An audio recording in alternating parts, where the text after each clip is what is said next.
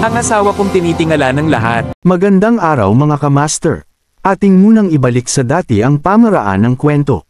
Para madali natin maabot ang 3,500 kabanata. At, paki-subscribe ka master. Kabanata 3,411. Kamahalan, dahil itong lahat ay hindi pagkakaunawaan, siguro, sinabi ni Butch na may hindi maintindihang ekspresyon.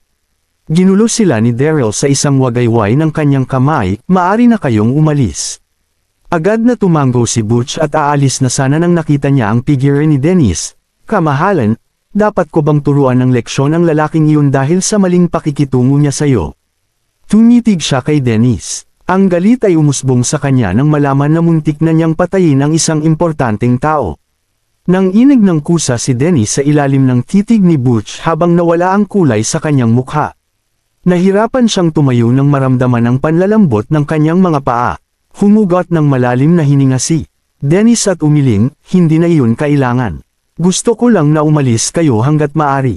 Hindi niya sinabi yun dahil hindi siya galit na nagdesisyon si Dennis na isakripisyo siya. Sa halip, gusto niya nang bumalik agad sa palasyo upang makuha ang Holy Jade Scripture. Walang magawa si Butch kundi ang umalis kasama ang kanyang mga tauhan sa pagtanggi ni Daryl. Sina Angeline, Dennis, at ang kanyang mga tauhan ay hindi makapaniwala sa kanilang nakikita. Bakit umalis kaagad ang mga lalaking iyon? Gayunpaman, kitang-kita ang kaginhawaan, lalo na kay Dennis. Pinunasan niya ang pawis sa kanyang kilay. Wala na rin sila. Hindi ko na alam ang gagawin kung nandito pa sila, isip ni Dennis. Tapos ay naglakad siya papunta kay Daryl at malamig na tinanong, anong nangyari? Lumakad din si Angeline at tumingin kay Daryl na may pagkagulat. Darren, ano ang nangyayari? Bakit sila kumilos ng magalang sa iyo ngayon? 11, ngumiti si Daryl at sinabing, oh, wala iyon. Napagkamalan nila ako bilang isang benefactor sa kanila, at hindi ako nagsabi ng totoo. Natigilan si Angeline nang marinig niya ang kanyang sagot ngunit tumango. Maaaring mahina siya, ngunit matalino siya. Naisip ni Angeline, iyon lang yun. Akala ko ito ay iba pa ang dahilan maliban doon, sabi ni Dennis na nanunuya. Pagkatapos, naalala niya ang isang bagay. Manatili muna tayo ng 1 minuto. Ang mga lalaking iyon ay hindi bobo. Paano sila nagkamali na isa kang benefactor? Sabihin mo sa akin ang katotohanan ngayon, isa ka ba sa kanila? Umaakto ka lang ba rito? Ang mock na ni Dennis ay naging mas matindi na parang siya ay nag-ihaw ng isang kriminal. Sumimangot si Daryl sa pagkabigo. Dapat may mali sa isip ng taong ito. Naisalbo ko lang naman ang kanyang sarili, at narito siya ay nagtatapon ng mga akusasyon sa akin. Dapat niya akong pasalamatan sa lahat. Pagkatapos ng isang ngiti, sinabi niya, kung ako ay talagang isa sa kanila, may iwan ko sila sa halip na manatili dito. Oh, mayroong isang simpleng paliwanag para doon. Ang iyong misyon ay upang mag-espiya sa palasyo, kaya natural lamang na mananatili ka rito sa amin, sabi ni Dennis nang hindi nawawala ang isang panghihinala. Sige, bakit hindi mo sila tanungin kung hindi ka talaga naniniwala? Sa tingin ko ay hindi pa sila nalalayo, kalma na sinabi ni Daryl. Ikaw, ang mukha ni Dennis ay naging pula sa galit, ngunit wala na siyang ibabalik. Bakit niya ipagsapalaran ang kanyang buhay para sa isang bagay na ganyan? Sige, hanggang dito na lang muna ngayon. Sinabi ni Angeline na nakasimangot. Pagod na siya sa kanilang usapan. Huli na ngayon, at wala pa ring tanda ng dragon. Nagugutom ako, kaya bakit hindi ka lahat pumunta at maghanap ng makakain ko? Pagkatapos nito, babalik ako sa palasyo. Dahil ang kahilingan ay nagmula kay Angeline, mabilis na inutusan ni Dennis ang kanyang mga tauhan upang maghanap ng pagkain sa kuweba. Kabanata 3,412. Hindi sila sinunod ni Daryl, nagbantay siya sa pasukan sa kuweba. Gayunpaman, hindi nasiyahan si Dennis tungkol doon. Natagpuan niya ang presensya ni Daryl na inis sa kanya. Hoy, hindi mo ba narinig si Princess Angeline na nagugutom siya? Sige na. Mayroon kang sapat na mga tauhan para roon.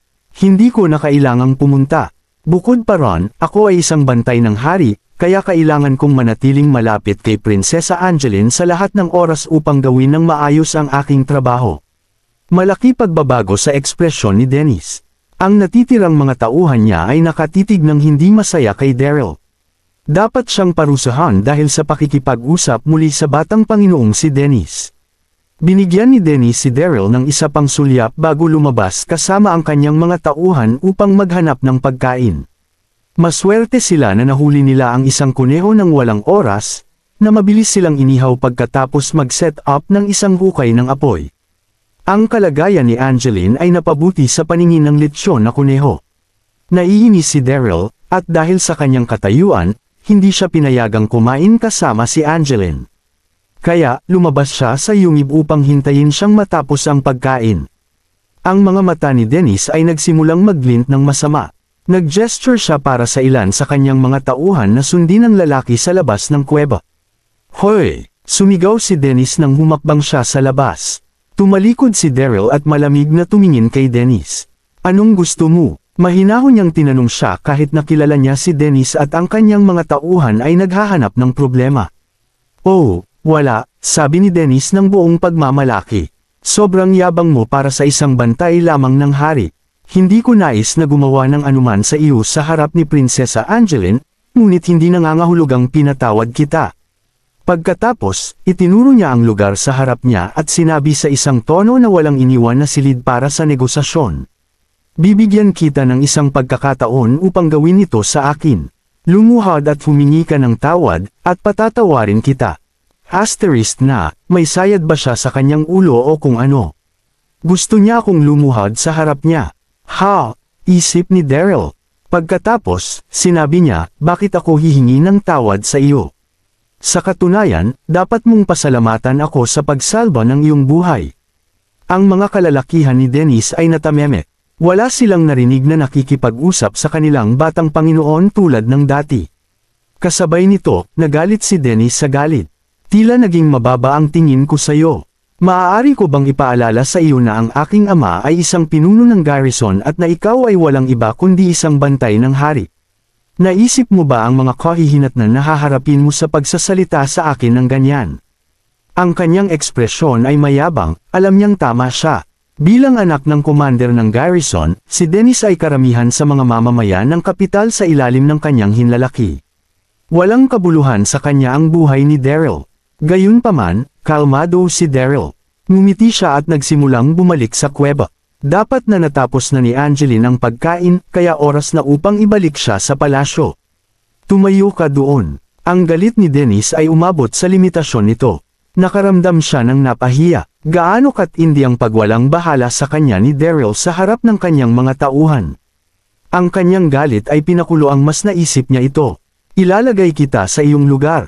Mamatay. Habang pinalaki niya ang kanyang kamao, ang matinding lakas ng santo ay sumabog mula sa kanyang katawan at naglalayong diretsyo para sa likuran ni Daryl. Kabanata 3413. Isang malakas na hangin ang sumipa kung saan man dumaan si Dennis.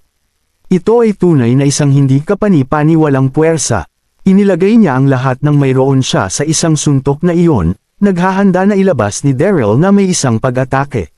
Natuwa ang kanyang mga tauhan nang makita nila ang nangyayari sa harap ng kanilang mga mata. Ayan ang leksyon sa pagsagot. Muli sa Batang Panginoon. Ituloy mo, Batang Panginoon. Ipakita sa kanya kung ano ang dapat sa kanya. Malinaw, walang sinuman ang naaawa kay Daryl, sapagkat sa kanilang mga mata, siya ay walang iba kundi isang mababang bantay ng hari.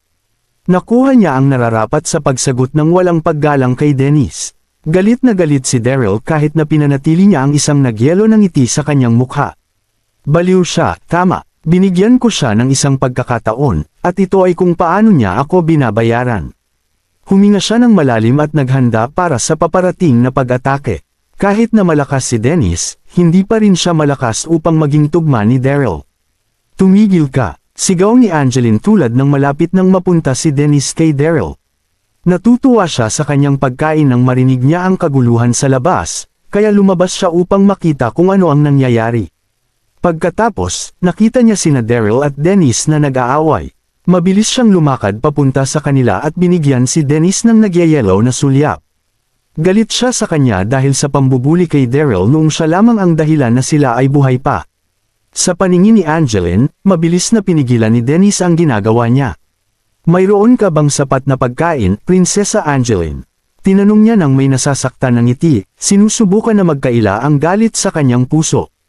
Hindi niya inaasahan na lalabas siya ng napakabilis, at ang kanyang pagkakataon sa pagtuturo kay Daryl ng isang aralin ay nawala mula noong siya ay naruroon. Huminga ng malalim si Angeline at lumakad siya, na pinapanatili ang kanyang mga mata na nakatuon kay Daryl. "Darren, nasasaktan ka ba?" Tinanong niya sa sandaling nakatayo siya sa harap niya. Alam niya na ang paglilinang ni Daryl ay nasa antas lamang ng banal na karangalan, kaya walang paraan na siya ay maaaring manalo sa isang laban-laban kay Dennis. Wala siyang ideya na sadyang itinago ni Daryl ang kanyang tunay na kapangyarihan at natalo sa banal na karangalan sa nakaraang araw. Sa katunayan, dapat siyang mag-alala tungkol kay Dennis. "Ayos lang ako," sabi ni Daryl na may ngiti. Muli, hindi makapaniwala ang mga gwardya sa kanilang mga mata. Bakit mababahala si Prinsesa Angeline tungkol sa isang mababang bantay sa hari? Si Dennis ay matangkad sa galit at paninibugho. Ano ang mayroon kay Daryl na hindi niya ginawa? Nagayos na siya ng hindi magandang balak kay Daryl, at hindi ito. "Dennis, wala ka bang kahihiyan? Hindi mahalaga kung ano, si Darren ay isang bantay ng hari. Hindi ko na makakalabas sa palasyo kung hindi para sa kanya. At ito ay kung paano mo siya tinatrato. Hindi mo ba namamalayan na ang pag-atake sa kanya ay katulad ng pag-atake sa akin, kapatid ng Reyna?" Umungol si Angeline habang nakatingin sa kanya. Natagpuan niya ang ugali ni Dennis na pang-aalipusta sa mahina na galit na galit. Si Dennis ay hindi binibigkas ng panunuyan ni Angeline. Naramdaman niyang napahiya siya na maparusahan ng ganyan. Gayunpaman, nakuhang muli niya ang susunod na segundo. "Panipi, Prinsesa Angeline, hindi ko siya inaapi. Naglalaban lang kami ng pabiro," paliwanag niya na may inosenteng ngiti sa kanyang mukha. "Bakit ko siya aapihin kung iniligtas niya kami mula sa Bloodwolf Group? Medyo naiinis kami noon, kaya gusto naming maglaban. Maaari mong tanungin ang aking mga tauhan kung hindi ka naniniwala." Kabanata 3414. Na tila ba parang sinenyasan niya, sabay-sabay na tumanggo ng ang mga tauhan niya. Oo, nag-sparring lang sila. Bakit gustong umatake ng young master ng isang royal guard? Sa tingin ko po ay isa lang po itong malaking misunderstanding, Princess Angeline. Sagot ng isa sa mga tauhan, pinaniniwalaan nila ang lahat ng sabihin sa kanila. Napangiti si Daryl nang marinig ito. Impokrita talaga tong Dennis na to. Naaawa tuloy ako bigla sa Commander-in-Chief ng garrison sa pagkakaroon ng isang anak na katulad niya, sabi niya sa isip niya. Nang minutong yun, naisipan ni Angeline na patapusin na ang mga ito. Pwede bang wag na kayong mag-sparring ng ganitong oras? Pagtapos, tumingin siya kay Daryl at sinabi, dumidilim na, bumalik na tayo sa palasyo. Bilang tugon, tumanggo si Daryl at doon pa lang siya nakahinga ng maluwag. Sobrang dami niya ng nasayang na oras dahil sa pagsama niya kay Princess Angeline, at ngayong makakabalik na siya sa misyon niyang maghanap, sobrang saya niya. Princess Angeline, ihahatid na ita. Pinapangako ko sa iyong paprotektahan kita kung sakali mang may mangyari sa iyo pabalik. Pagpapasikat ni Dennis. Wag na, mayan anong sagot ni Daryl. Ako na ang baalang maghatid sa kanya. Alam ni Daryl na may hindi magandang balak si Dennis kay Princess Angeline kaya mas maigi kung pumagitna na siya at doon na maghiwalay ang dalawa. Talaga, paano kung bigla na lang sumulpot ang dragon? Kaya mo ba siyang protektahan? Ano, sa tingin mo? Pasinghal na sagot ni Dennis. Di sasama namin sila. Sa tingin ko mas magiging ligtas din kami kapag nangyari yun. Sabat ni Angeline, hindi man sila ganun kalayo sa syudad, hindi pa rin sila ganun kapamilyar sa lugar na to. Ngumiti na lang si Daryl at hindi na sumagot pa. Pagkatapos, tuluyan na nga silang umalis sa kuweba at bumaba ng bundok. Hindi nagtagal, bigla silang napahinto nang marinig ang isang malakas na dagandong at paglingon nila ay laking gulat nila nang makita nila ang isang higanteng nilalang na lumilipad papunta sa kanila.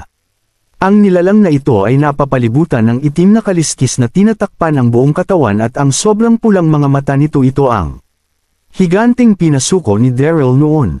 Naghahanap ang nilalang ng pugad ngunit may nakakita sa kanya kaya nagpasya siyang maghanap na lang ng ibang lugar. Nagpalipad-lipad lamang siya hanggang sa maramdaman niya ang presensya ni Daryl kaya sinilip niya. Sina Angeline, Dennis at ang mga tauhan nito ay nanginginig sa sobrang takot nang makita ang dragon. Totoo nga ang chismis. Napatulala na lang silang lahat sa dragon at halos malaglag na ang kanilang mga panga sa sobrang pagkagulat. Tanging si Daryl lang ang kalmado sa kanilang lahat. Hindi nagtagal, tuluyan nang lumapag ang dragon sa lupa at naglakad papunta kay Daryl. Bawat hakbang ng dragon ay sinasabayan ng kalabog na bukod sa nakakabasag ng eardrums ay parabang nakararanas din sila ng lindol. Master, magalang na bati ng dragon. Anong ginagawa mo dito? Mahabang kwento, sagot ni Daryl na may mapait na ngiti. Walang nakakaalam sa kanilang pag-uusap dahil ginamit ni Daryl ang beast taming loop para makipag-usap sa dragon. Samantala, si Dennis ay sobrang namutla at iba pa nitong mga kasama ay nanginginig na sa sobrang takot habang nakatitig sa dragon. Pangasar na tumingin si Daryl kay Dennis at sinabi, "Young Master Dennis, akala ba protektahan mo si Princess Angeline kung sakali mang may lumabas na dragon? Huwag mong sabihin sa akin na hindi ka marunong manindigan sa mga sinasabi mo." Kabanata 3415. Ang mukha ni Dennis ay naging singpula ng kamatis. Sinakal niya ang kanyang leeg at sinabi sa nanginginig na tinig, "Syempre, syempre hindi." Gayunpaman, ang kanyang noo ay lubos na natatakpan sa pawis. Samantala, ang bahagyang figure ni Angela ay nanginginig din, at ang kanyang katanji tanging mukha ay namutla. Ang kanyang nakaraang pag-asang makita ang isang dragon ay napalitan ng pagkabigla at takot. "Ano ang dapat nating gawin, Dennis?" Tinanong niya habang hinawakan niya ang kanyang mga manggas. Ang isip ni Dennis ay blanko sa gulat. "Hindi ko alam." Tumawa si Daryl sa kanyang sarili. "Batang Panginoong Dennis, narinig ko na lahat ng mga dragon ay masama. Mahirap para sa ating lahat na lumabas sa buhay na ito ngayon na. Nakita na natin ito. Bakit hindi mo at ang iyong mga kalalakihan ay sinisikap na pigilan siya habang dinadala ko sa kaligtasan ng Prinsesang Angeline?" Halos tumalon si Dennis nang marinig niya iyon. Panatilihin ang dragon. Nagbibiro yata siya. Hindi mahalaga kung gaano kalakas ang aking mga tauhan, hindi sila makakaligtas sa isang labanan laban sa isang dragon. Takbo, takbo para sa buhay niyo. Sigaw ni Dennis at binaril ang bundok tulad ng isang kuneho, na may 10 ng kanyang mga tauhan na mabilis na sumunod sa kanya. Napagpasyahan niya na ang kanyang buhay ay mas mahalaga kaysa sa kaligtasan ni Angeline. Sa wakas, kumurap sila sa pangitain ni Daryl at Angeline. "Ikaw," binato ni Angeline ang kanyang mga paa sa lupa. Hindi niya inaasahan si Dennis na nanumpa na protektahan siya, ay iiwan siya ng ganoon. "Nakikita mo, Prinsesa Angeline, malalaman mo lamang kung sino ang dapat mong pagkatiwalaan sa mga pinakakritikal na oras," sabi ni Daryl na may banayad ng ngiti. Asterisk ng asterisk na mo, Darren. Sinasabi mo ngayon, sa lahat ng oras. Naisip ni Angeline, hindi alam kung tumatawa o umiyak. "Ano ang dapat nating gawin? Kakainin tayo ng dragon?" Tinanong niya habang ang pag-sneak ng mga sulyap sa dragon na may mga nakapanik na mata. Dahil malapit nang umiyak si Angeline, malumanay na sinabi ni Daryl, "Huwag kang mag-alala." Pagkatapos ay kumaway siya sa dragon at sinabing, "Kami ay dumaraan lamang. Wala kaming balak na magkasala, mangyaring umalis kami." Inaktibo niya ang hayop na taming loop upang mag-order ng dragon na umalis. "Guru," sinabi ng dragon nang matanggap niya ang utos. "Aalis na ako noon." Inilabas niya ang kanyang mga pakpak at lumipad ng 1,000 milya pataas ng hangin. Nawala siya mula sa pangitain ni Daryl at Angeline sa isang sulyap ng isang mata. Ang isip ni Angeline ay nagbuhat sa pagiging hindi totoo ng lahat. Bakit hindi sila sinalakay ng dragon? Nakipag-usap ba talaga si Darren sa dragon? Tumagal ng 10 segundo upang bumalik sa kanyang katinuan. "Panipi, Darren, nakipag-usap ka ba sa dragon ngayon, at naintindihan ka nito?" Tinanong niya siya ng isang mukha na puno ng pag-usisa. Tumango si Daryl. "Oo, alam ko ang kaunting wika ng hayop." Walang paraan na sasabihin niya sa kanya ang tungkol sa kung paano niya nasakop ang dragon. Ang mga mata ni Angeline ay nagliliyab, at ang kanyang mga pananaw sa maharlikang bantay sa harap niya ay nagbago para sa mas mahusay. Pagkatapos nito, nagpatuloy sila sa pagpunta sa kapital. Kasabay nito, patuloy na tinanong ni Angeline si Daryl tungkol sa wika ng hayop. Walang pagpipilian si Daryl kundi ang magkaroon ng ilang mga kasinungalingan sa lugar. Binawi pa niya si Angeline sa ilang mga kagiliw-giliw na mga kwento tungkol sa Siyam na mainland. Di nagtagal, nakarating sila sa palasyo. Ganap na binago ni Angeline ang kanyang saloobin sa kanya. Darren, marami kang alam. Bakit hindi ka nanatili sa akin ngayong gabi at sabihin mo sa akin ang higit pa? Tanong niya habang hinuhubaran ang kanyang mga braso. Nabigla si Daryl. Masigasig niyang inalag ang kanyang ulo at sinabi, natatakot ako na hindi ko magawa iyon. Kabanata 3416. Hindi niya alam kung matatawa ba siya o maiiyak sa sitwasyon niya ngayon. Masyadong makasarili ang Angeline na ito. Masyado nang late kaya natural lang na bumalik na ito sa kanyang kwarto. Sa bagay, magiging imposible para sa kahit na sinong Royal Guard na manatili sa loob ng kwarto nito. Malalim na ang gabi, saka na ako magkukwento sa iyo. Sa bagay, masyado nang delikado ang pinasok ko ng itakas kita sa palasyo ngayong araw, nagpapasensya niyang paliwanag kay Angeline. Agad na bumagsak ang mukha ni Angeline nang marinig niya yun pero mabilis pa rin siyang tumango at sumangayon dito. Bumalik na si Daryl sa kanyang kwarto nang makapagpaalam ito kay Angeline. Agad niyang nakita ang isang tagapaglingkod na naghihintay doon nang malapit na siya sa kanyang kwarto. Gusto ka pong makita ng kamahalan, Darren? Nagmamadali nitong sinabi habang pinapangunahan ang kanilang paglalakad nang hindi binibigyan si Daryl ng pagkakataong tumanggi. Buwisit, nabulilyaso na kaya ang aming pagkatao. Isip ni Daryl habang kumukunot ang kanyang noo. Dito na niya naramdaman ang matinding panik na umaangat sa kanyang lalamunan. Hindi nagtagal ay nakarating na rin ang dalawa sa kwarto ng reyna sa pangunguna ng tagapaglingkod na sumando sa kanya. Agad na napahinga ng malalim si Daryl sa kanyang nakita nang makarating siya sa kwarto. Dito na niya nakitang nakaupo ang reyna kasama ang ilang mga tagapaglingkod sa kanyang likuran. Masyadong naging awkward at patay ang hangin sa paligid ng kwarto. Darren, tawag ng reyna sa kanya habang ipinapakita ang walang emosyon nitong mukha nang makita siya nito. Masyadong epekibo ang pil na ibinigay mo sa akin. Mayroon ka pa ba nito? Bigyan mo ako ng isa pa. Hinding-hindi matatanggihan ng kahit na sino ang tono ng kanyang boses kahit na naging magaan itong pakinggan. Matindi ang mga sugat na tinamo ng reyna noong makipaglaban ito kay Vernon at sa mga tauhan nito kaya natural lang na mga ilangan ito ng higit sa isang pil para tuluyang gumaling. Oh, para lang pala iyon sa pil. Isip ni Daryl habang mabilis na nagre-relax sa kanyang sarili. Dito na siya napakamot sa kanyang ulo habang sinasabi na, pero isa lang po ang heart-tempering pill na dala ko, kamahalan. Pero pupwede ko naman po kayong gawan ng isa ngayon kung gusto po ninyo. Natigilan dito ang reyna, agad na napuno ng confusion ang maganda nitong mukha. Sinasabi mo ba na kaya mong gawin ang pill na ito? Walang kahit na anong kaalaman ng kahit na sino sa Roland Continent pagdating sa paggawa ng isang pill. Opo, tango ni Daryl bago siya ngumiti sa mga tagapaglingkod habang sinasabi na, kung okay lang po sa inyo, maaari niyo po ba akong bigyan ng ilang mga sangkap na kakailanganin ko? Kailangan ko ng kaunting lumbricus, yellow palm. Sa loob ng ilang sandali ay nagawang ilista ni Daryl ang lahat ng mga ingredients na kanyang kinakailangan. Pero hindi gumagalaw na tumayo lang doon ang mga maid habang nagtatakang tinitingnan ang reyna. Mayroon sila ng mga sangkap na iyon sa palasyo pero paano naging possible ang paggawa ng isang pil mula sa mga ito? Naging kalmado ang mukha ng reyna habang ikinakaway ang kanyang kamay at sinasabing, sige na.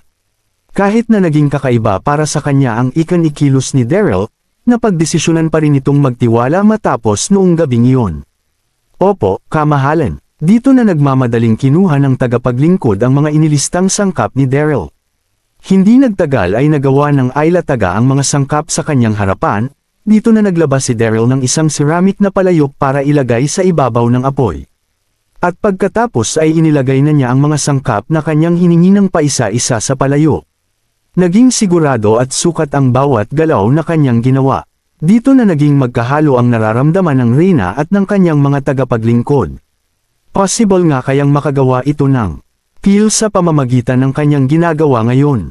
Hindi kailanman umalis ng kahit isang beses ang kumikislap na mga mata ng reyna kay Daryl. Kahit na marami na itong nakita sa ilalim ng kanyang pamumuno, hindi pa siya nakakakita ng kahit na sinong gumawa nito. Sa ilalim ng hindi maalis na tingin ng mga taong nanunood sa kanya, chinek ni Daryl ng paulit-ulit ang apoy para masiguro na perpekto ang temperature bago niya ilagay ang lahat ng mga sangkap sa palayok. Dito na nabalot ng init mula sa apoy ang buong kwarto. Kabanata 3417. Napakabilis na lumipas ng 10 minuto nang biglang mag-vibrate ang palayok na pinaglulutuan ni Daryl. Agad na napabuntong hininga sa sobrang gulat ang mga tagapaglingkod habang umaatras ng ilang hakbang paatras. Inakala nila na sasabog ang ceramic na palayok pero agad pa rin nilang na-realize na hindi ito mangyayari dahil ang vibration na ginagawa ng palayok ay dahil sa mainit na hanjing dumadaloy sa loob nito.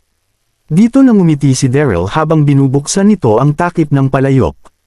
Dito na umabant ang Reyna at ang kanyang mga tagapaglingkod para tingnan ito ng maigi, agad na tumahimik ang buong kwarto sa ng 1 segundo.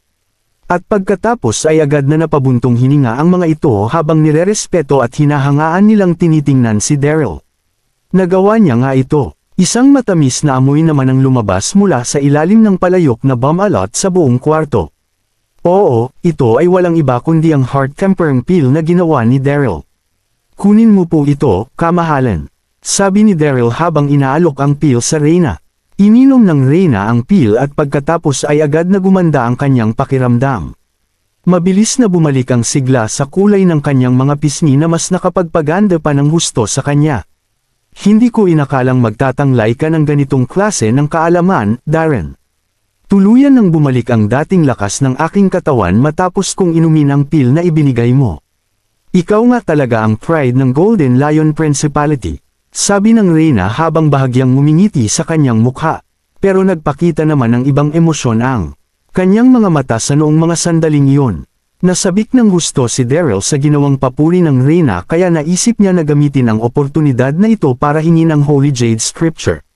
Pero, nagpatuloy sa pagsasalita ang Reyna gamit ang nanlalamig nitong tono, agad na nagdilim ang kanyang mukha ng madala sa kanyang mga papuri si Daryl. Paano mo sa akin maipapaliwanag ang kalokohang ginawa mo kasama ni Angeline? Natigilan si Daryl habang nanlalamig ang kanyang dibdib. Nako hindi, inakala kong makakaligtas na ako rito, pero matagal na pala niya itong alam. Dito anya sinabing, huwag po kayong magalit, kamahalan. Nilabas ko lang po siya para po mabuhayan siya ng loob. Wala na po akong ibang intensyon maliban dito. Nanatili namang walang emosyon ang magandang mukha ng Reyna, masyado pa itong bata kaya hindi pa siya pamilyar sa mga nangyayari sa mundo.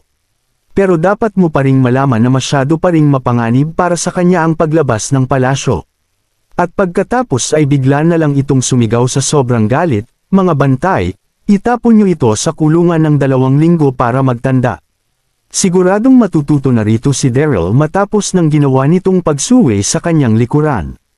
Sa bagay, si Angeline lang ang nag-iisa niyang pamilya kaya dapat lang niya itong parusahan para malaman ng lahat kung ano ang posisyon ng royal family pagdating sa bagay na iyon. Dito na biglang dumating ang 2 mga bantay para dalhin palayo si Daryl. Hindi ko pa nakukuha ang Holy Jade Scripture kaya wala na akong oras para makulong ng 2 pang linggo. Walang magawang inisip ni Daryl. Nang bigla niyang maisip na bumagsak kasama ng Reyna nang aabutin na siya ng mga bantay pero hindi ba't mas mapapahirap lang nito ang paghahanap niya sa Holy Jade Scripture. Ate, hindi, dito na biglang napasigaw ang prinsesang si Angeline. Tumayo ito sa labas ng kwarto para pakinggan ang nangyari sa loob nito. Hindi niya magagawang tiisin na maparusahan si Daryl ng Reyna nang dahil sa kanya kaya agad nitong ipinakita ang kanyang sarili. Kabanata 3418. Agad na napuno ng panik ang magandang mukha ni Angeline. Ako po ang pumilit sa kanyang ilabas ako sa palasyo kanina. Wala po siyang kahit na anong kinalaman dito. Kaya huwag niyo po sana siyang parusahan. Nagmakaawa ito gamit ang kanyang mga mata. Hinding-hindi niya ito hahayaang mapatapon sa kulungan ngayong ito ang nagligtas sa kanya mula sa dragon. Lumuhad naman si Daryl sa sahig habang nagkukunwarting natatakot. Patawarin niyo po ako, kamahalan. Ayaw niya sanang lumuhad kung maaari pero kinailangan niya itong gawin para sa Holy Jade Scripture. Agad na napataas ang mga kilay ng Reyna nang makita niya ang pagmamakaawa ni Angeline para kay Daryl. Inisip mo muna sana ang mga nangyari noong ginawa mo ang bagay na iyon, Angeline. Dito na siya tumingin kay Daryl para sabihin, hindi ka pa rin niya dapat dinala sa labas ng palasyo kahit na pinwersa mo pa siyang gawin ito. Naging mababa at makapigil hininga ang boses nito. Hinding-hindi niya hahayaang makumbinsi siya ni Angeline na baguhin ang pangkaraniwang parusa at pabuya na kanyang ibinibigay sa kanyang nasasakupan. Dito na mas nagpanik si Angeline. Ate, kung may gusto ka mang parusahan, si Dennis iyon at hindi si Daryl. Napakasahol talaga nito. Agad siyang nanginig sa sobrang galit nang marinig niya ang pangalan ni Dennis. Nagawa siyang iwanan sa labas ng walang hiyang iyon. Ano naman ang kinalaman dito ni Dennis? Nasusupres ang tanong ng Reyna. Ganito po, ate. Naglakad paabant si Angeline para hawakan ang braso ng Reyna. Detalyado nitong ikinwento kung ano ang nangyari kanina. Hindi na niya maitago pa ang galit sa kanyang boses nang malapit na itong matapos sa kanyang kwento. Panipi, na noon pa siyang paprotektahan niya ako pero agad siyang tumakbo kasama ng kanyang mga tauhan nang magpakita ang dragon na iyon, kaya kaming dalawa na lang ni Darren ang naiwan doon. Hindi ko na siguro magagawa pang tumayo sa harapan mo ngayon kung hindi lang alam ni Darren ang lengguwahe ng halimaw na iyon. Dito na biglang nanlamig ang magandang mukha ng Reyna. Sige, naiintindihan ko na ngayon. Tatanungin ko si Dennis bukas. Dito na siya humarap kay Daryl para sabihing, makakaalis ka na. Salamat po, kamahalan. Mabilis na isinagot ni Daryl. Nakahinga na rin ito ng maluwag habang nagpapasalamat na tinitingnan si Angeline. Gusto lang namang magsaya ni Angeline nang magawa siya nitong iligtas sa tamang oras. Dito na siya nagmamadaling lumabas ng kwarto. Ate, sabi ni Angeline habang hawak-hawak ang braso ng Reyna. Panipi, masyadong naging mahusay si Daryl sa kanyang trabaho. Nagpakita ito ng hindi mapapantay ang tapang ng protektahan niya ako ng buong araw kaya bakit hindi mo na lang siya italaga bilang personal kong bantay. Agad namang napairap ang Reyna kay Angeline habang sinasabi na, dapat nga na makatanggap ka ng parusa sa ginawa mong paglabas sa palasyo ng walang palm. Pag-uusapan natin ang tungkol sa pagiging bantay niya sa susunod. Inisip ng Reyna na masasayang ang talento ni Daryl sa sandaling maging bantay ito ni Angeline. Nadidismaya namang bumagsak ang mukha ni Angeline sa mga sandaling iyon. Samantala, nakabalik na si Daryl sa kanyang kwarto. Sumama ng husto ang kanyang mood matapos niyang magsayang ng oras kay Angeline at makatanggap ng sermon sa Reyna. Kaya natagalan siya na makatulog sa kanyang kinahihigaan. Kinaumagahan ay maagang nagising si Daryl. Dito na kumatok ang isang tagapaglingkod sa kanyang kwarto habang sinasabi na, pinapatawag ka ng mahal na Reyna sa main hall, Daryl. Kaya dapat ka nang magpunta roon ngayon din. At pagkatapos ay agad din itong umalis. Kabanata 3419. Kinamot ni Daryl ang kanyang mga mata habang napanghihinaan ng loob. Bakit kaya ako pinapupunta roon ng kamahalan ng ganito kaga? Dito na siya nagmamadaling naghilamos bago magpunta. Sa main hall, agad siyang natigilan nang makarating siya roon. Dito na niya nakitang nakaupo ang Reyna sa trono, makikita sa ilalim nitong nakatayo ang mga mayor ng kani-kanilang mga syudad. Hindi lang iyon dahil nandito rin ngayon sina Dennis at Angeline. Makikitang nakatayo sa harapan ni Dennis ang isang mukhang mabait at middle-aged na lalaki na walang iba kundi ang ama nitong si Marshal Reeves, ang commander-in-chief na garrison na ito. Pero ang taong kumuha sa atensyon ni Daryl ay ang babaeng nakatayo sa harapan ni Marshal. Dinamitan niya ng isang mahaba at kulay fuchsia na gown ang pinagpala niyang katawan kaya siguradong tatanggal sa katinuan ng kahit na sinong lalaki sa sandaling makita nila ang kaakit-akit nitong mukha na siyang nangyari kay Daryl. Agad siyang nawala sa sarili nang makita niya ito habang tumutulo ang laway sa kanyang bibig. Sino siya? May kukumpara na ang katawan at mukha niya sa Reyna. Masyado na ring hindi may imagine ang kaakit-akit niyang aura sa mundong ito. Siguradong sisikat agad ito sa sandaling magtrabaho ito sa entertainment industry ng Nine Mainlands, isip ni Daryl. Dito na niya napansin ang pagkindat sa kanya ni Angeline, agad niyang nakuha ang mensahe nito kaya mabilis siyang nagpunta sa likuran ni Angeline. Ito ba ang unang beses mo rito? Bumubulong na sinabi ni Angeline. Mukhang hindi ka yata makapagsalita. Nagsimula akong magpanik nang ipadala ako rito ng Reyna, bumubulong na sagot ni Daryl. Dito na siya muling napatingin sa kaakit-akit na babaeng iyon. Hoy! Hindi natutuwang sinabi ni Daryl nang makita niya kung sino ang tinatitigan ni Daryl. Nakikinig ka ba sa akin? Bakit ba ayaw mong tigilan ang pagtingin sa matandang mang-aakit na iyan? Napuno ng inis ang kanyang mukha habang sinasabi ito. Mang-aakit. Nagugulat na inisip ni Daryl. Hindi mo ba narinig ang tungkol kay Madam Pandora na kilala ng kahit na sino rito? Walang lalaki ang, oh, iyan pala ang tawag sa kanya, isip ni Daryl habang nagpapakita ang pangintindi sa kanyang mukha. Sa 2 araw niyang nananatili sa palasyong ito, marami nang narinig si Daryl na mga kakaibang kwento na kumuha sa kanyang atensyon. Ang ilan sa mga ito ay tungkol kay Madam Pandora. Ayon sa mga usap-usapan, isa raw dating marquis ang asawa ni Madam Pandora na humahawak ng isang importanteng posisyon sa korte. Pero sa kasamaang palad ay namatay ito habang pinuprotektahan ang principality mula sa mga mananakop. Nasaktan dito ng husto ang reyna kaya agad nitong binigyan si Madam Pandora ng espesyal na mga pribilehiyo para magsilbing pasasalamat sa katapangang ipinakita ng asawa nito. Ito ang dahilan kung bakit si Madam Pandora lang ang nag-iisang babae na humahawak ng titulong marquis sa buong Roland Continent. Pero hindi ang titulong marquis ang nagpasikat sa kanya. Dahil ang totoong nagpakilala sa pangalan ni Madam Pandora ay ang pagiging immoral nito pagdating sa mga lalaki. Narinig na ng lahat ang mga kwento ng pagpapaikot niya sa mga lalaki na kanyang matipuan. Napangiti na lang si Daryl nang marinig niya ang mga kwentong iyon pero hindi pa rin niya inaasahang makikita niya ito ng personal sa hinaharap. Agad na nagising sa realidad ang isip ni Daryl matapos ang isang sandali at agad na tinanong si Angeline ng, "Oo nga pala, alam mo ba kung bakit ako rito ipinatawag ng kamahalan?" Nagsimula ng tumawa ng mahina si Angeline nang makita niya kung paano nagpanik si Daryl. "Huwag kang mag-alala dahil ako ang nagpatawag sa iyo sa kwarto mo." Agad na nakaramdam ng tuwa at frustration sa kanyang narinig si Daryl. Si Angeline lang ang nag-iisang tao na may kakayahang gamitin ang pangalan ng kamahalan para magpatawag ng isang tao sa main hall. Paparusahan ng reyna si Dennis sa harapan ng lahat kaya ipinatawag kita para masaksihan mo ang mga mangyayari, sabi ni Angeline. Napatango na lang si Daryl sa mga sinabi ni Angeline. Inisip niya rin na masyado nang walang hiya ang naging kilos ni Dennis noong isang araw. Kabanata 3420. Tumingin si Daryl sa kanyang paligid at nakita ang pagtayo ni Dennis sa isang tabi. Kasalukuyan itong nanginginig habang tumutulo ang malalaking butil ng pawis sa kanyang noo. Nagmukha namang kalmado si Marshall pero malinaw pa ring makikita ang pagpapanik sa kanyang mga mata. Masyadong naging mabigat ang aura sa paligid ng main hall sa mga sandaling ito.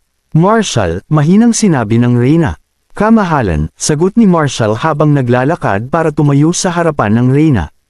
"Naging maganda ang serbisyong ibinigay mo sa royal family bilang commander-in-chief ng ating kabisera, kaya walang humpay ang paghangang ipinakita ko sa iyo. Ito ang dahilan kung bakit nagulat ako ng husto noong malaman ko na nagawa mo ang isang bagay na kagaya nito." Agad na sumabog ang isipan ni Marshall habang mabilis na lumuluhod sa sahig. "Wala pong katumbas ang katapatan ko sa Golden Lion Principality at sa royal family. Kaya ano po ang inyong sinasabi, kamahalan?"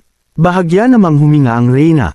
"Bago sabihin, sinasabi mo ba na hindi mo alam kung ano ang tinutukoy ko? Tanungin mo na lang ang iyong anak kung ganoon. Tanungin mo kung ano ang ginawa niya kahapon." Hindi nagpakita ng kahit na anong emosyon ang mukha ng reyna sa mga sandaling ito, pero agad pa ring makikita ang galit sa kanyang mga mata.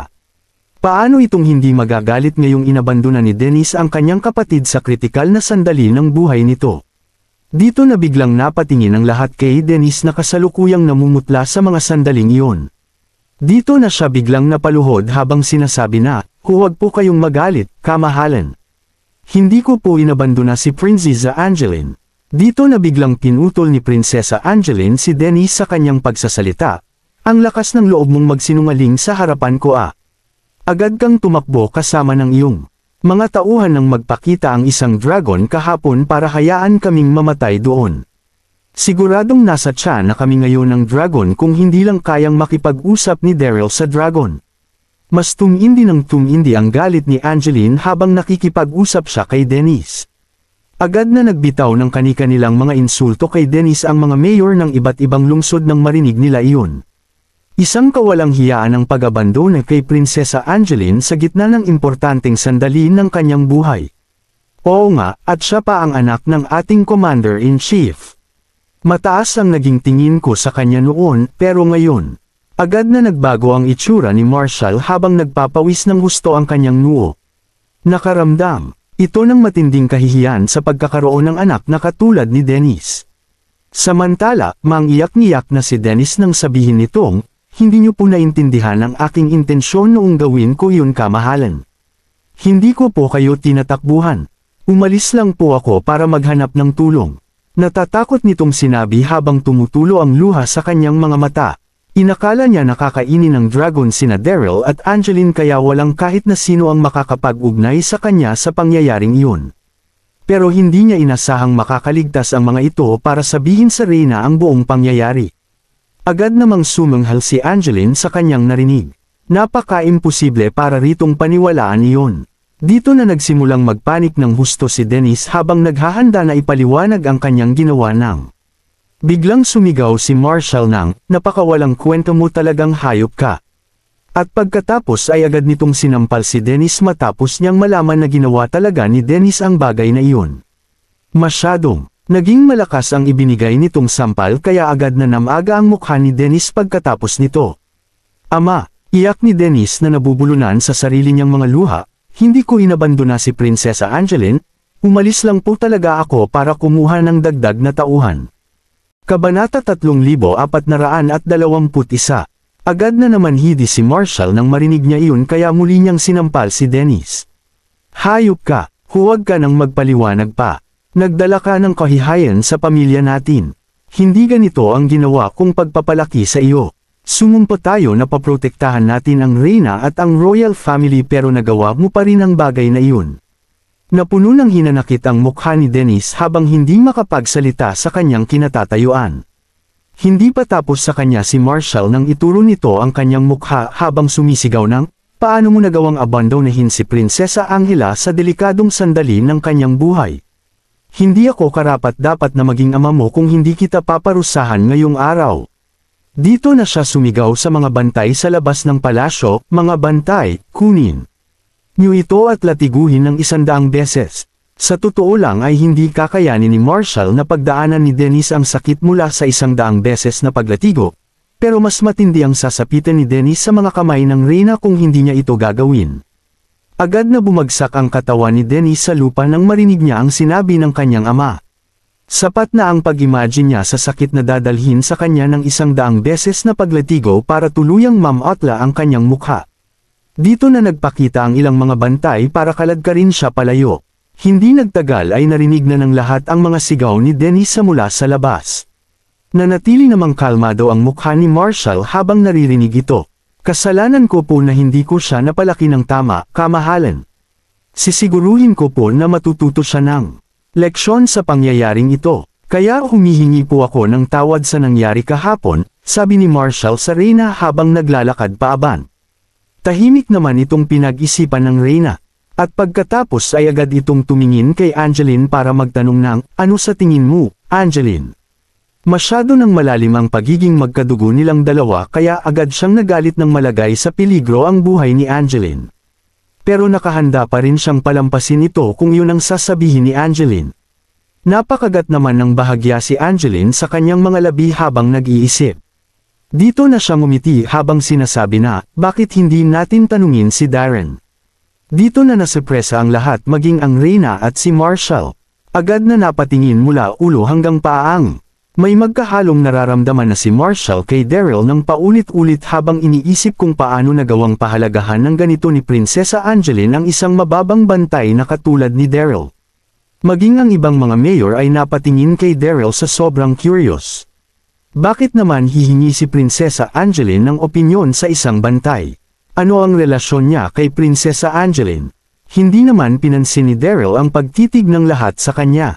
Iniisip ko na hindi na natin kailangan pa itong pagtuunan ng pansin ngayong si Marshall na mismo ang nagturo ng leksyon sa kanyang anak, nakangiti nitong sinabi. Dito na rin niya sinabi kay Marshall na, kagalang-galang na Commander-in-Chief, naniniwala ako na sisiguruhin niyo na sa susunod na hindi na mauulit ang ginawang ito ng inyong anak alang-alang sa dangal ng iyong pamilya. Kabaliktaran nito ang gagawin ni Daryl kung alam lang ng lahat ang tunay niyang pagkatao. Naniniwala siya na natuto na si Dennis ng leksyon sa nangyari.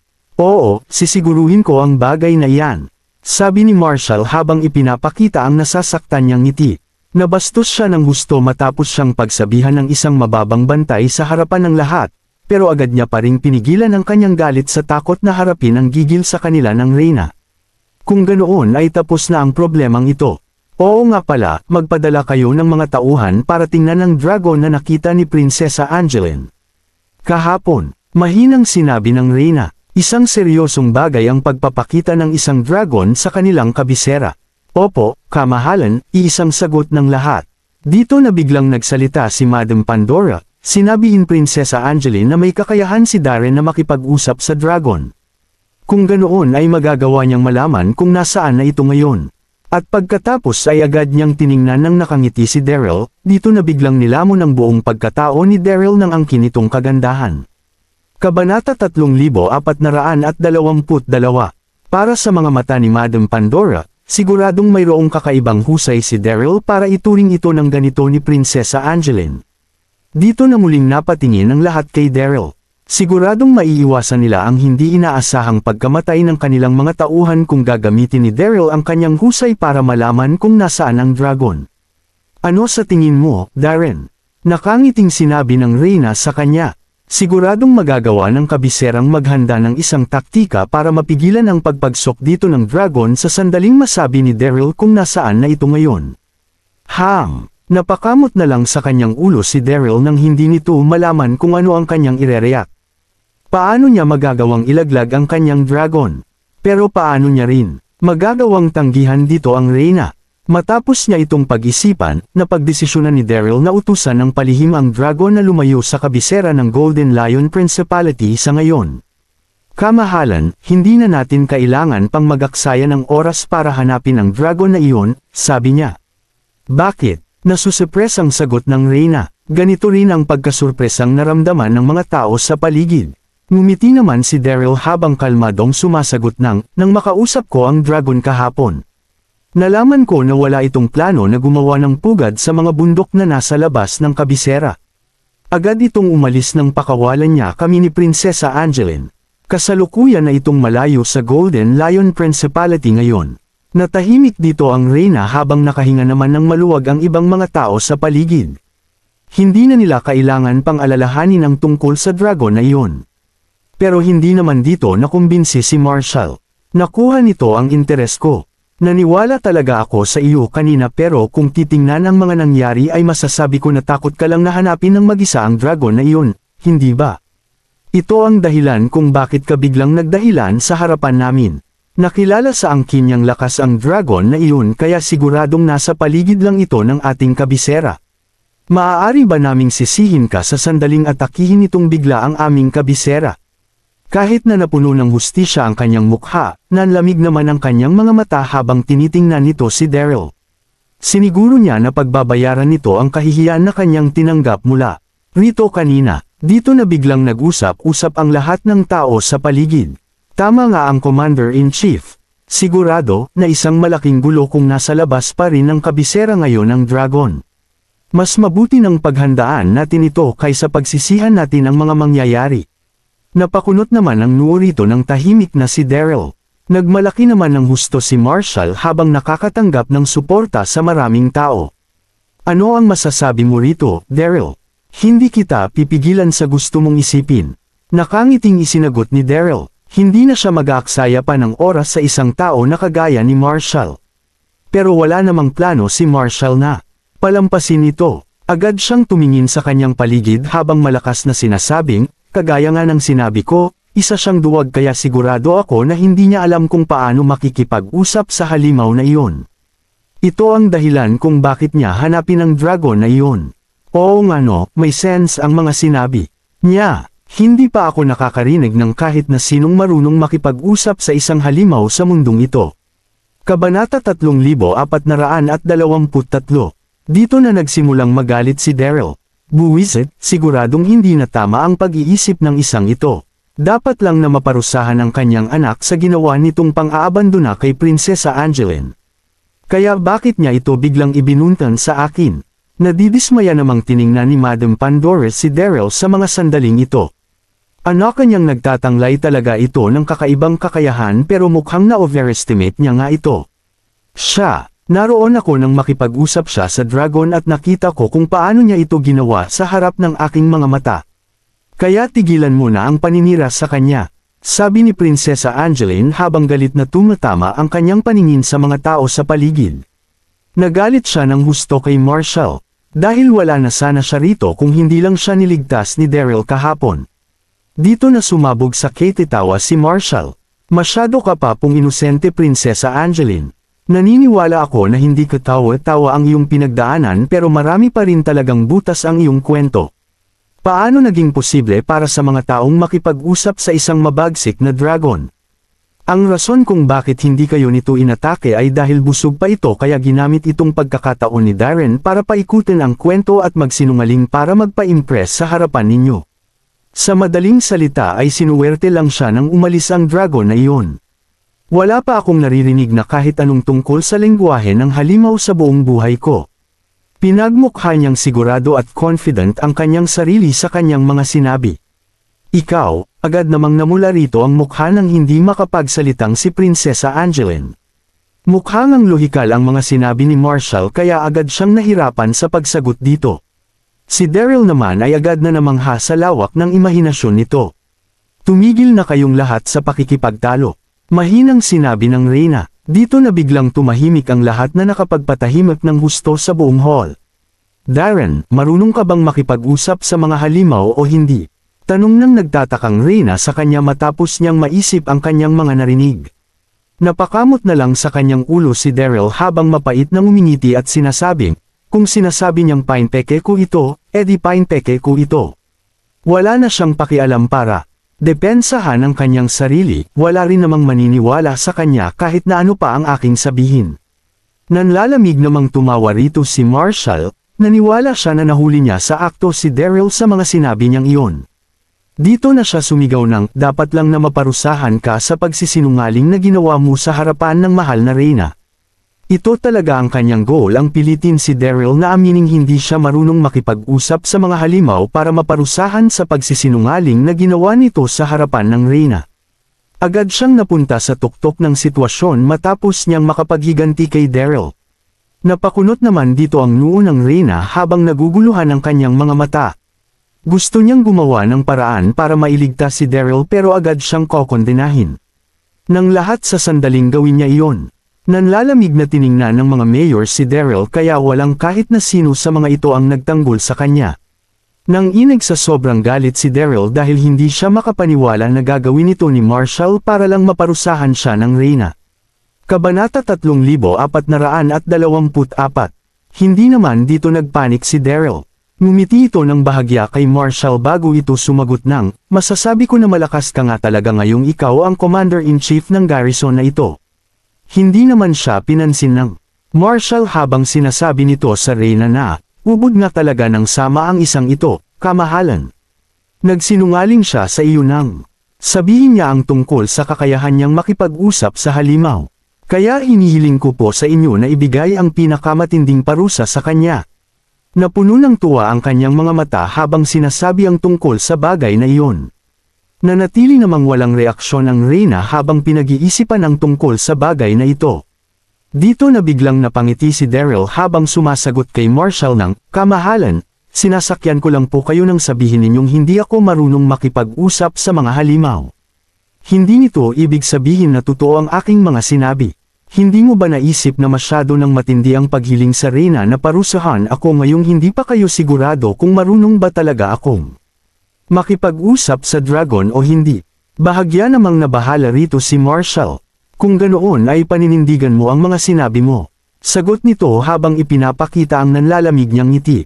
Siyempre, walang pakialam na sinagot ni Daryl. Dito na biglang nena si Marshall sa ipinakitang asal ni Daryl. Ano ang ebidensya mo na kaya mong gawin ito? Paano mo kami mapapaniwala nang wala kang ipinapakitang katibayan? Dito na siya biglang tumingin sa mga tao sa kanyang paligid. Ito rin ba ang iniisip ninyong lahat? Dito na biglang nagpakita ng suporta ang mga taong malapit kay Marshall. Oo nga, huwag kang puro salita. Patunayan mo na lang ito sa aming lahat. Magpakita ka ng ebidensya sa amin. Agad namang kumunot dito ang noo ni Daryl. Ano na ang pinaplanong gawin ngayon ni Marshall? Matagumpay namang ngumiti si Marshall sa ipinakitang itsura ni Daryl. Dito na niya magalang na sinabi sa Reyna na, hindi ba't reasonable lang para sa ating hanapan si Daryl ng patunay na marunong talaga itong makipag-usap sa mga halimaw, kamahalin. Oo, pero ano naman ang naiisip mo para mapatunayan niya ito? Tanong ng Reyna. Bilang isang Reyna, kinakailangan niyang maging neutral sa anumang pagtatalo na nagaganap sa kanyang mga nasasakupan. Dito na biglang ngumiti ang mukha ni Marshall nang marinig niya ng permisong ibinigay sa kanya ng Reyna. Isang batch ng mga Golden Lion ang kaka-rating lang sa garrison. Masyado itong mabagsik at walang awa para mapaamo. Paano kaya kung hayaan natin si Daryl na mapaamo ang mga ito gamit ang kakayahan niyang makipag-usap sa mga halimaw? Agad siyang makakawala sa mga kasinungalingan na kanyang sinabi sa sandaling magtagumpay siya rito, pero hindi, naniniwala ako na nagsinungaling nga ito sa inyo, kamahalan. Dito na siya napatingin kay Daryl gamit ang naiinis niyang itsura na para bang mamamatay na ito roon habang agad na napupuno ng ingay ang paligid ng ingay matapos magbigay ng mga tao ng kani-kanilang mga opinyon. Hayaan nating paamuhin ni Daryl ang Golden Lion. Gusto kong makita ito ng personal. Gigil na gigil talaga sa kanya ang Commander-in-Chief Ha. Napuno ng awa ang mata ng lahat kay Daryl. Ang mga Golden Lion na naging kapangalan ng kanilang principality ay naninirahan ng magkakasama at nakilala sa pagiging mabagsik at malakas ng mga ito. Naging tradisyon na para sa mga nagdaang hari na mag-invest ng pera at hirap para mapaamo ang mga Golden Lion para mapalakas ang kanilang elite Golden Lion Army taon-taon nitong nagdaang 1,000 taon. Pero masyado pa ring mababa ang tsansa na mapaamo ang mga Golden Lion. Nasa 10 mga Golden Lion lang matagumpay nilang mapapaamo sa bawat 1,000 mga Golden Lion na kanilang ni-encuentro. Hindi lang iyon dahil ang pagpapaamo sa bawat isang Golden Lion ay mangangailangan ng 10 o higit pang mga lalaki. Kahit na ganoon ay wala pa ring kasiguruhan na makakalabas ng buhay ang lahat dito. Kaya para ng pagpapakamatay para kay Daryl ang suhestyon ni Marshall na magpaamo ng 10 o higit pang mga Golden Lion na dumating sa kanilang syudad. Sumusobra ka na, Marshall. Nananurmag sinabi ng nanginginig na si Prinsesa Angeline. Kahit na mayroon pa itong kakayahan na makipag-usap sa mga halimaw ay magiging imposible pa rin kay Daryl na magpaamo ng 10 mga Golden Lion ng sabay-sabay. Paano ito naging sobra, Prinsesa Angeline? Binibigyan ko na nga siya ng tsansang mapatunayan ang kanyang mga sinasabi, naninirang sinabi ni Marshall. Dito na siya tumingin ng patagilid kay Daryl habang nanggigigil na sinasabing, pwede naman siyang humindi kung naiisip niya na hindi siya rito magtatagumpay. Kabanata 3425. Lahat ng atensyon ay na kay Daryl. Sa isip nila, kaya niya kayang paamuin ang 10 mabangis na Golden Lion ng sabay-sabay. Napakunot ang noo ni Daryl. Napakadaya. Gusto niya palang paamuhin ko ang mga gintong layon, ha? Wag mo gawin, Darren, pabulong na sinabi ng prinsesa. Hindi siya mapakali. Ngumiti nang may kasiguraduhan si Daryl. Ano desisyon mo? Tanong ni Marshall, naiinip na siya sa isasagot nito. Siguro naman madali lang sayo na paamuhin ang mga gintong layon dahil alam mo ang beast language. Alam mo, tingin ko, sobra ang 10 para sayo. Paano kung gawin na lang nating 2? Sige. Sabi ni Daryl habang tumutungo at nakangiti. Gawin na natin. Ikinagulat ito ng lahat. Hindi nila inaasahan tatanggapin niya ang ideyang ito. Nakahinga ng malalim si Daryl at kumpiyansa niyang sinabi, hindi masaya kung 2 lang. Sabay-sabay ko silang paamuhin. Kalmado at hindi siya aligaga, na parang hindi niya alintana na makita ang mga ito. Lalong itong ikinabigla ito ng lahat at hindi makapaniwala. Baliw ba siya? 10 layon ng sabay-sabay. Ginagawa niya ba ito para mapabilib ang Reyna? Pero kahit na, sobra ta. Hindi napigilan mabahala ng prinsesa. Hinayla niya si Daryl sa tabi at tinanong, baliw ka ba?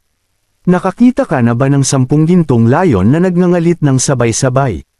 Lahat ito ay matured lion at tingin ko ay nagkakaintindihan mo. Ang kanilang lakas ay katulad ng isang intermediate Saint Honor. Kumalma ka, nakangiting sabi ni Daryl. Habang si Madam Pandora ay nakatayo sa tapat ni Daryl, nanginginig ito habang nakatitig sa kanya. Tulaga bang paaamuin niya sabay-sabay? Marahil matapang lang ba siya or nagdedeluryo? Sa wakas, kumalma din ang Reyna. Darren, sigurado ka bang gusto kaya mong paamuhin ang 10 Golden Lion ng sabay-sabay? Hindi tanga ang Reyna. Alam niyang sinadya ni Marshall ipahamak si Daryl sa pamamagitan ng ideyang ito, ngunit ano pa ang magagawa niya kung pumayag na si Daryl mismo? Hindi niya maiwasang mag-alala tungkol sa kaligtasan nito. Desesdaido siyang pigilang ang anumang masamang pwedeng mangyari sa lalaking nakapukaw ng kanyang respeto. Kamahalan, tinatanggap ko ang mungkahi ng kanyang kamahalan bilang paggalang, sabi ni Daryl magalang na sagot. Alam niyang nag-aalala ang Reyna sa kanya. Mabuti kung ganon, sabi ng Reyna. Inutusan niya ang mga gwardya na ihanda ang lahat bago lumabas ang lahat papuntang arena. Hindi nagtagal, 10 malalaking metal na kulungan, bawat isa ay may isang higanteng gintong layon sa loob, at dinala sa arena. Ang Golden Lions ay may sukat na 39 na talampakan ang taas at 16 na talampakan ang lapad. Sila ay natatakpan ng ginintoang balahibo, nakakamangha at nakakatakot sa magkaparehong sitwasyon. Namangha si Daryl. Ngayon ay lubos niyang naunawaan kung bakit mukhang kumpiyansa si Marshall habang binabanggit niya ang mga ito. Dahil talagang mabangis ang hitsura nila, gayunpaman, hindi pa rin siya nagpanik. Kabanata 3426. Patuloy na umungal ang mga gintong layon habang naglalakad sa kanilang kulungan. Ito ay naging sanhi ng pagdagandong ng hangin sa kanilang paligid at umalangaw ito hanggang langit. Sa sandaling ito, baka sa mukha ni Marshall na siya ay nakangiti ngunit balisa pa din. Alam niya na walang maagawa si Daryl upang mapaamo ng 10 ito ng sabay-sabay. May 2 lang itong kahihinatnan magkalasog-lasog o magkapira-piraso. Sa utos ng Reyna, itinayo na ng mga gwardya ang mga metal na bakod bilang proteksyon habang nasa arena si Daryl upang paamuin ang gintong layon. At nang mailagay na nila ito, pinakawalan na ang 10 gintong layon sa arena. Humahalaklak sa tawa si Marshall. Nakahanda na ang lahat. Sige na, wag mong sabihin na natatakot ka nang makita mo kung gaano ito kabanges. Lahat ay nabaling ang atensyon kay Daryl. Totoo nga na nakakatakot ang mga gintong layon. Hindi pa ba siya actress? Mukhang pinagsisisihan na niya yung sinabi niya. Oo naman, kahit sino siguro. Ngumit si Daryl sinabi, hindi ako natatakot. At tumalon na siya papuntang arena. At kinagulat ito ng lahat. Sa isip nila, hibang na nga siguro siya para pumasok sa arena. Maliban dito, hindi maalis ang tingin ni Princess ang ilang kay Daryl. Ang kanyang Kat-Anji tanging mukha ay nababalot ng parehong pagtataka at pangamba. Hindi ba siya natatakot sa kamatayan? Ganun din si Madam Pandora, hindi niya maiwasang titigan si Daryl, ang kayang puso ay nawawala sa ulirat nang ito ay tumalon papuntang arena. Para naman sa Reyna, kumikinang ang kayang mata at puno ng paghanga kay Daryl hindi lahat ay kayab magbigay ng kalmadong ekspresyon habang humaharap sa isang panganib. Nasaksihan nilang lahat na sabay-sabay ang 10 Golden Lions kay Daryl sa sandaling tumalon siya. Napanganga ang lahat at hindi makapagsalita, makikita ang kanilang kumikinang na matatalas ng ngipin. Ang lahat ay sinimulang magpawis at nanlamig, natatakot mangyayari sa kanya. Wala silang lakas para kumilos o gumawa ng ingay dahil sa kanilang mga nasasaksihan, naghihintay sila sa gagawin ni Daryl. Nang makita niya na sabay-sabay itong sumusugod sa kanya, bawat isa ay may intesayo na patayin siya, ngunit hindi ito ikinatarante si Daryl. Kabaliktaran pa nito ay, kalmado niyang inipon ang kanyang enerhiya at isa-isa niya itong inilagay sa kanila na konektado sa beast taming loop na nasa loob niya. Kaagad-agad, isang kakaibang klase ng enerhiya ang lumabas mula sa beast taming loop at kumalat bawat gintong layon kung saan si Daryl ang sentro nito. Ang 10 ay halatang nabalisa at tumigil sa kinaroroonan nila nang maramdaman nila ang kakaibang enerhiya. Nakatingin sila kay Daryl at nalilito. May special sa aura ng taong ito. Tingin nila, napatigil at umungal ang 10 gintong layon kay Daryl habang nakatutok ang mga ito sa kanya, naghihintay ng pagkakataong umatake. Dahil dito, makapidyo hininga ang mga manunood, walang humihinga sa kanila. Tanging si Marshall lamang ang nakangiti sa lahat. Kabanata 3427. Tama lang yan sa kanya at Jean Austen niyang pagsabay-sabayin ng 10 Golden Lion. Tingnan lang natin kung paano siya aalis sa sitwasyon na ito. Tingin ni Marshall hindi marunong ng beast language si Daryl at ginalit niya lamang ito. Gayunpaman, mukhang hindi yun ang dinidikta ng katotohanan. You good boy, sabi ni Daryl kalmado habang nakapalibot ang 10 gintong layon sa kanya. At binigyan niya ito ng mensahe gamit ang beast taming loop. Kumalma kayo, pumunta ako dito ng payapa. Nakita niyo na ang aking kapangyarihan at alam ninyo na wala kayong laban sa akin. Maari nga mapatay ko kayo. Ngunit pinapangako ko na hindi ko kayo sasaktan kung pipiliin ninyo lang makinig sa akin. Nagkakaintindihan. Kahit na mukhang kalmado si Daryl habang sinasabi niya yun, sa totoo lang ay kinakabahan siya at sisabog na ang kanyang puso. Hindi siya nag-aalala dahil aatakihin siya ng mga gintong layon. Hindi yun, kundi malalaman ang kanyang tunay na pagkatao. Kung kakalabanin niya ang mga ito, kaya naman, mas makakabuti kung kukumbinsihin niya na sumuko na ang mga ito. Ang 10 gintong layon ay patuloy na umungal sa kanya, ngunit kinalaunan, ang bangis sa kanilang mga mata ay nagsimulang yumamo. Sa wakas, pagkatapos ng ilang segundo, ito ay yumamo at dinilaan ang kayang mukha. Ang bigat ng 10 gintong layon at nagpatamba kay Daryl at lubos nitong tumawa habang nakahiga. Lahat ng manunood ay nagulat dahil sa kanilang tingin, na ang 10 layon ay inaatake siya. Panigurado, patay na siya. Tingin ko pa naman ay talagang nakakausap niya ang mga ganitong nilalang. Masyado kasi siyang nagpakampante Napakagatlabi ang prinsesa sa kanyang nasaksihan at lubos na napuno ng lungkot ang kanyang puso. Sa huli, namatay siya dahil na din sa sobra niyang kapanatagan. Napabundong hininga na lamang si Madam Roxanne na sa tingin niya ay patay na ito. Nakakapanghinayang naman, kanyang naiisip. Sa Reyna naman, siya ay kinilabutan. Talaga bang patay na siya? Gusto ko lang naman dalawa ang kanyang paamuhin, kaso sobrang kumpiyansa niya kasi kaya nangyari yan. Kahit ako nalulungkot para sa kanya, sabi ni Marshall habang nagdadalamati habang makikita ang saya sa kanyang mata. Sa isip-isip niya, tama lang yan at pinahiya niya ako. At tumigil sa Reyna, at sinabi, malaking kawalang siya para sa atin. Tingin ko dapat ikulong na natin ngayon ang mga gintong layon. Napakagatlabi ang Reyna at hindi siya sinagot nito. Kasalanan mo lahat ka, Marshall. Kung hindi ka kasi nagpumilit para ipakita niya ito, hindi mangyayari lahat ta. Masaya ka na ba na patay na siya? Sigaw ng prinsesa na may halong galit, sakit at hinanakit. Kahapon lamang masaya silang magkasama at ngayon namatay sa 10 layon.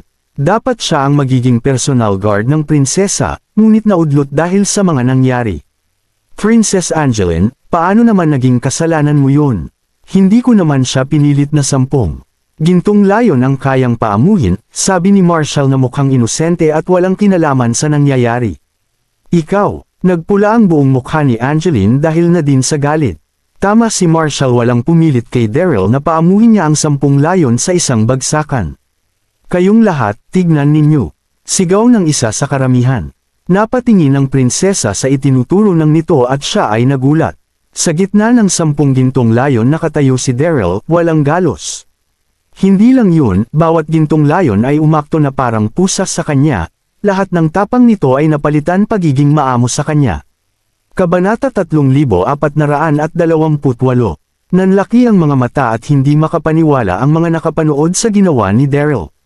Paanong napaamo ni Daryl ang 10 gintong layon? Imposible. Paano niya kaya ginawa yun? Ibig sabihin alam niya talaga kung paano makipag-usap sa mga nilalang na ito gamit ang kanilang lingwahe. Grabe, nakakabilib. Ang hindi nila alam, gumamit si Daryl ng kapangyarihan upang makontrol ang nasabing nilalang na nasa loob ng kanyang katawan.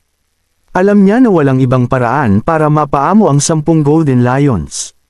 Nabalot ng katahimikan ang lahat sa kanilang nasaksihan. Mas tinagulat ito ni Marshall at makikitang nagngingit-ngit siya kanyang galit. Dahil inakala na matuturuan niya ng leksyon si Daryl sa pamamagitan ng Golden Lions. Hindi sumagi sa kanya isip na magagawang ni Daryl na paamuhin ng isang Golden Lions at nakakagulat pa dito ay 10 sa mga ito ang kanyang pinaaamo. Kahit na pinakamagaling sa lahat ng mga nagtuturo ay hindi ito kayang gawin.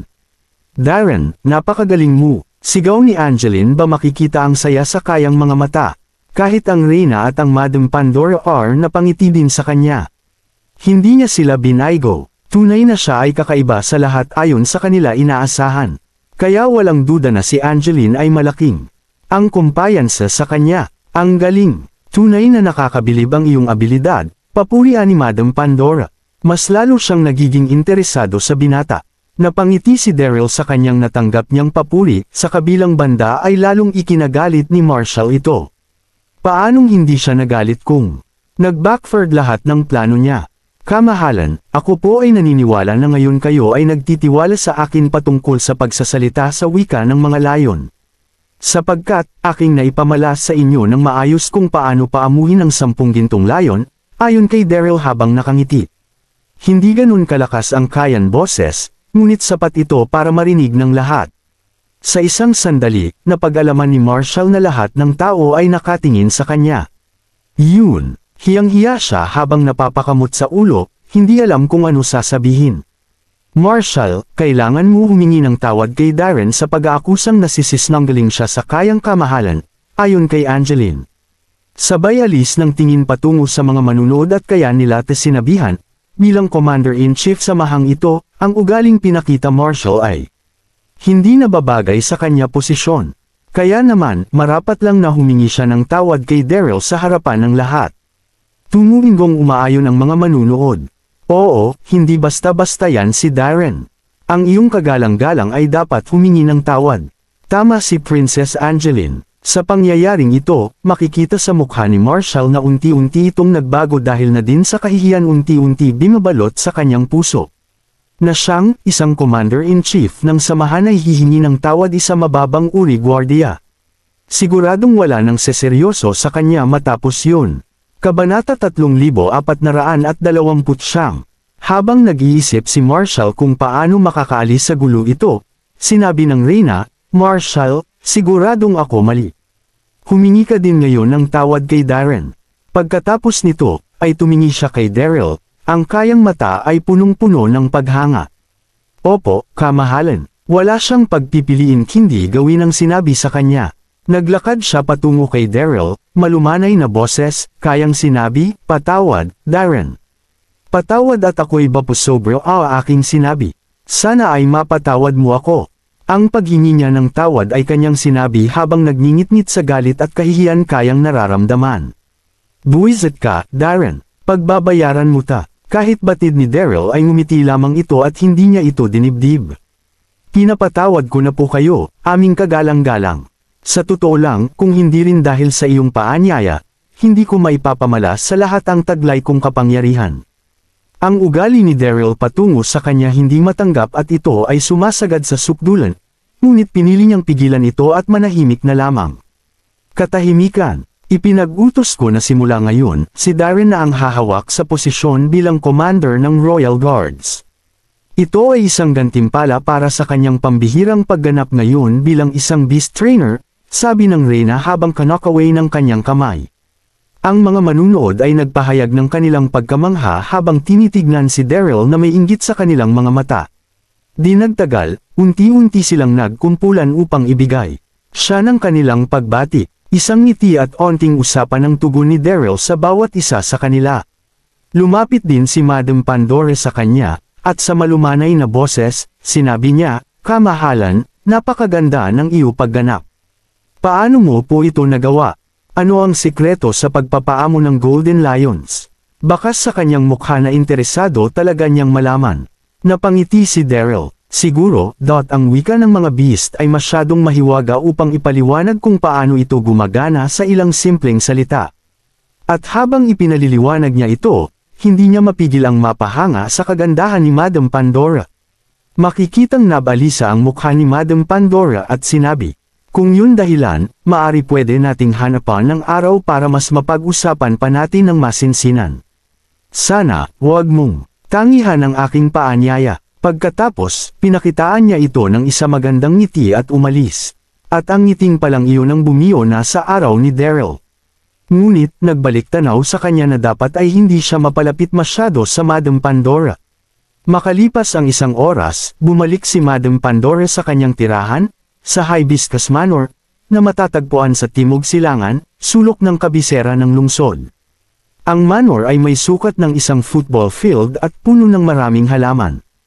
Ito ay tunay na isang tahimik at eleganteng lugar.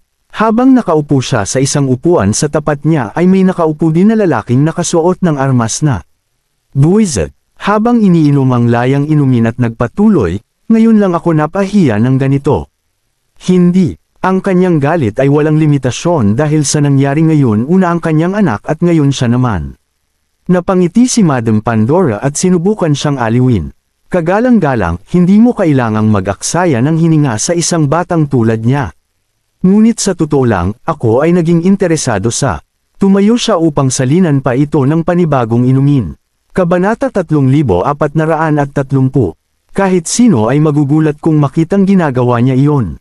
Ang nag-iisang babae na nakapagtamasa ang titulong Marquis sa buong prinsipalidad ng Golden Lion ay nagsasali ng inumin sa Commander-in-Chief ng garrison.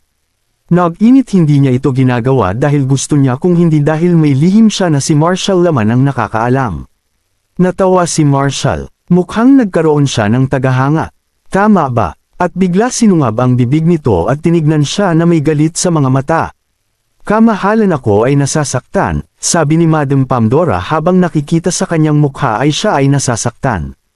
Natawa na lang si Marshall sa kanyang narinig at binitawan ito, habang siya sa'y kumakalma bigla naman sinabi ni Marshall, hindi ba nakakapagtaka na kaya niyang paamuin ang Golden Lions gamit ang beast language? Nandoon ka rin, tsaka parang nagustuhan siya ng Reyna. Na-promote lang siya bilang commander ng Royal Guards, kung tutusin. Kaya dapat mong bilangin ang iyong mga natalo at magpatuloy ka bago pa mangyari ang mga mas malala bisdi sa'yo. Mapapansin na kumikinang ang kayang mga mata sa paghanga nung nabanggit ng pangalan ni Daryl, na lalong naman ikinagalit ni Marshall. Ano naman kung nagustuhan siya ng Reyna? Aba sige, lumabas kung sino ang gusto manggahas na lumapastangan sa akin. Napabuntong hininga at tinignan si Madam Pandora mula ulo hanggang paa bago at ngumiti na MC binabalak. Nakita ko kung paano kanya tingnan sa plaza. Halatang gusto kanya. Siguro dapat mo siyang akitin. Ano, gusto mo akitin ko siya? Pag-ulat na tanong ni Madam Pandora.